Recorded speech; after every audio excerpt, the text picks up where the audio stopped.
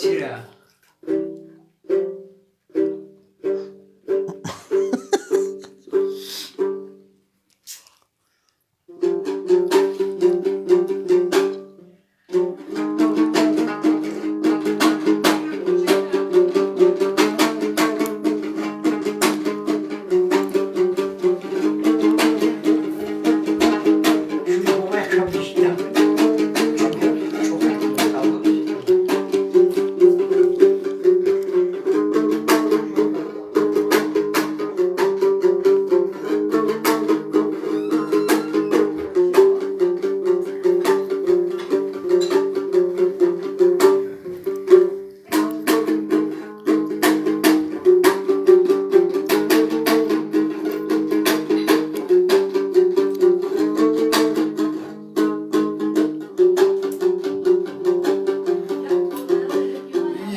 حکایت یاد دارم ای رسول گشت مقبولی دلی اهلی قبول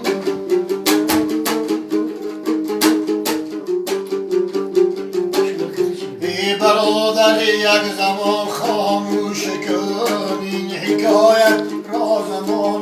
گوش کن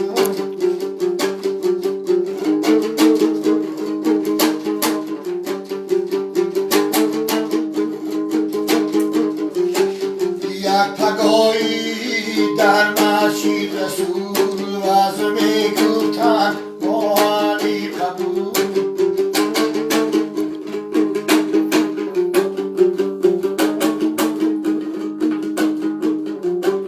یک فقیری ناتوان آمد دیگر رویش از آبی و دیده گشت تر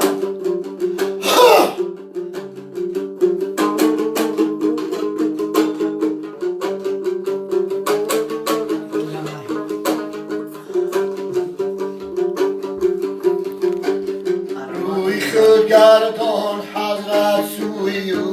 گفت مقصودی ایرد مفید بگو گفت با حضرت ای صدری کی بار کافر داد و من قرضی 1000 نزدی من حاصل نشد یک دانه جد دخترانم را بدون کافر گرد